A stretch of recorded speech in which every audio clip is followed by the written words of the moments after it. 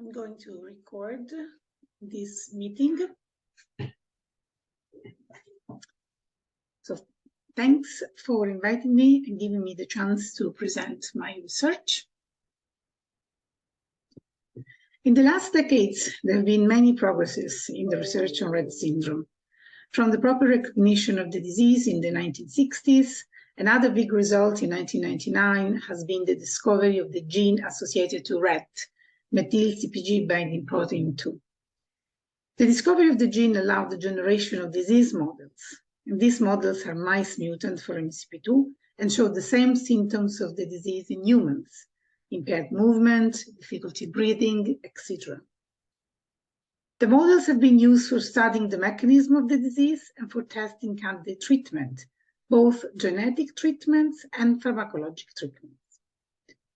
These preclinical trials led to important improvement in the treatment for Rett syndrome, including the trials on trofinetide that has now passed phase 3 of the clinical trials, and the gene therapy approach, where clinical trials are about to start.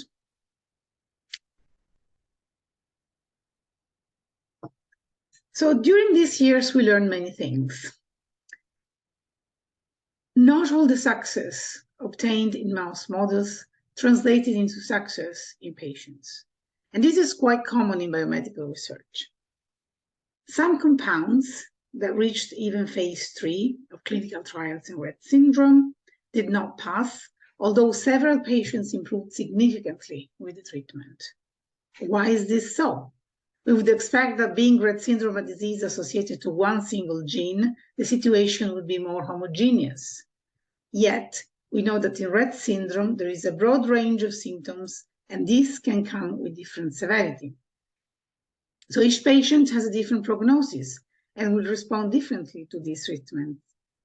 The presence of different groups of patients is called patient stratification, and understanding the factors that distinguish different groups of patients will be very helpful to improve patients' management and identify the right treatment. This is similar to what happened for cancer. At the beginning, all the cancers were considered equal, and it was not clear why few remitted and the majority did not. But with time, it was discovered that there are different types of cancer, and now we know that some of them will have a very good chances to be treated. Also, understanding that there are different types of cancer improves the screening, the prognosis, and the patient's management. Also for Rett syndrome, not all the patients are equal.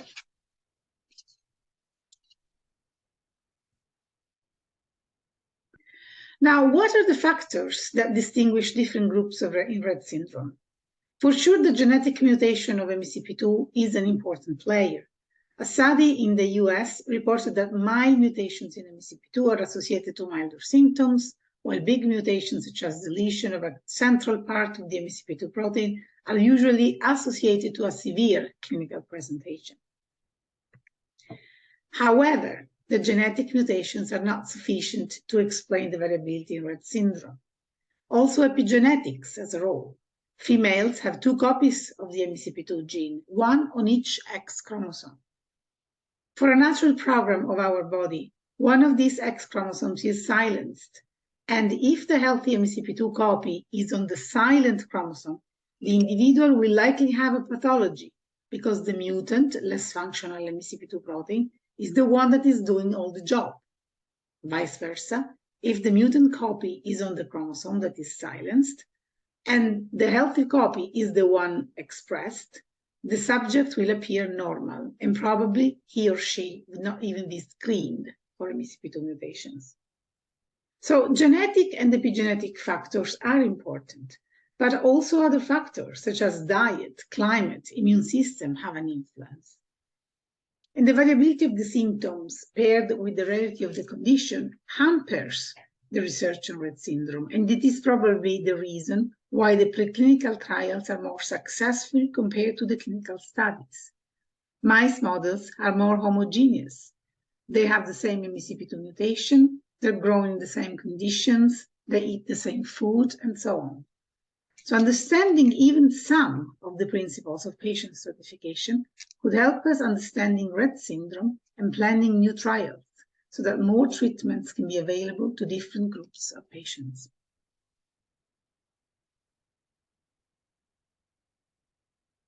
At the moment, one of the best methods to evaluate severity of symptoms is through questionnaires, where families or clinicians have to report the severity of symptoms in different areas, like sleep, breathing, movement, etc.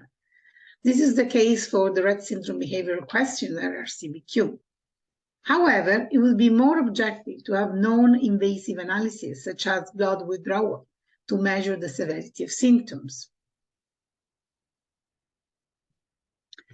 In a collaborative paper published in April 2022, my team, together with our collaborators, Professor Sahin, Professor Kaufman, and Professor Sur, found that measure of gene expression is indicative of the severity of breathing difficulties, and response to methasermin treatment is linked to expression of genes linked to immune function. This study was made only on 9 patients, but it suggests that there may be factors in blood that can quantify the severity of particular symptoms.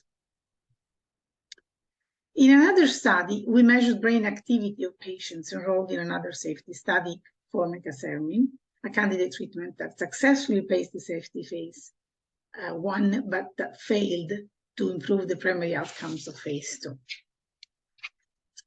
We measured brain activity at different times of the study, including before the treatment, and we identified that a specific parameter of brain activity, coherence, which measures the synchronization of activity in the brain, is different in patients that improve with treatment versus patients that do not improve. We then built an algorithm that could predict the patients who would improve in response to treatment, and we found that this measure indeed matched the findings. This study also was performed on a limited number of patients, but it shows that also measure of brain activity can reveal information regarding different subgroups of patients. Altogether, this study suggests that it is possible to identify patients that distinguish different groups, identify factors that distinguish different groups of patients.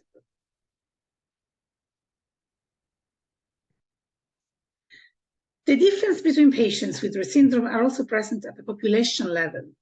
Multiple studies in Brazil, Italy, Australia, and other countries reported demographic data on patients with Rett and show that there are differences across populations. Some countries, such as Australia and the USA, have many papers in this field. On this note, to characterize the Irish Rett population, in collaboration with the Rett Syndrome Association of Ireland, we collected demographic information from the caretakers of the patients.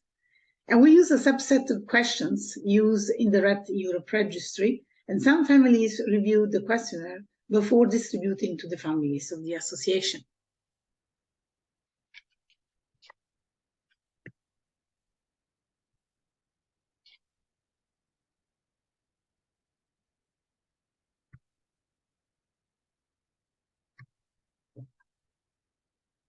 We find that there are indeed differences between the Irish patients compared to other countries. It seems that the Irish patients have differences in the ability to walk and skeletal abnormalities. This can be due to limited sunlight, which affect the production of vitamin D, affecting bone structures. But this is just an hypothesis. Additional investigations are needed to confirm it. However, the most relevant problem in Ireland is the late age of diagnosis and the fact that the majority of the families are not aware of the genetic mutation carried by the patients. There are problems related to the local health policies, but they can affect the participation of patients in clinical trials and the proper management of the disorder.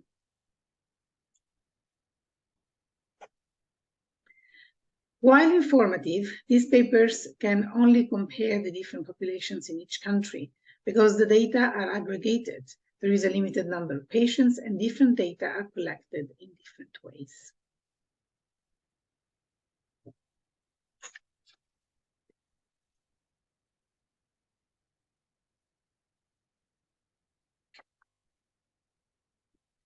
But if we could find a way to pull all the data together and increase the number of patients, we could reduce the limits of the rarity and collect more information to understand and fight Rett syndrome. To this aim, we created a data sharing platform, DataRett. At the moment, this platform has data on Irish patients, but it has been designed to be expanded to include multiple data types and information from many countries. Our vision is that DataRett can serve patients and Rett researchers all around the world with information that can be input and retrieved by each member of the project. Based on our experience on other projects ongoing in Trinity College Dublin for other disorders like autism, schizophrenia, COVID-19, we plan to create a consortium where members will agree to the modality of data collection, data sharing, and each member will have a username and password that can be used to connect to DataRett to input and retrieve data. The data will regard both demographic, clinic, and research data, but no contact information will be retained by DataRett. Those information will stay with the local registries from each country or organization. And this means that DataRett will not compete with the existing registries, but it will integrate the data. This also means more protection from contact information. The most difficult part of this plan is to create the proper documents, data sharing agreements, patients' consent form, etc., to create the consortium and establish the data sharing process. Then the maintenance will have limited costs. The advantage for each member of the consortium is that each scientific publication using the data in DataRett will have as authors all the members of the consortium. The members of the consortium are not single patients, but designed members that will input and access the data. They can be members of associations or clinicians or scientists. This process will boost the research on Rett because the high number will give more power to the statistical analysis and, as shown in other disorders, lead to new discoveries. And finally, I'd like to thank the family associations, in particular the Family Associations of Ireland, the current members of my team, Kamal, Kira, and also Snow, who contributed to the analysis of the questionnaire, the past members in my team, and also my collaborators, Dr. Giorgio Pini, Honor Q, Dr. Kaufman, Dr. Sur, and Dr. Sahin. And of course, I thank the funding agencies and all of you for listening, and I'm ready to take questions.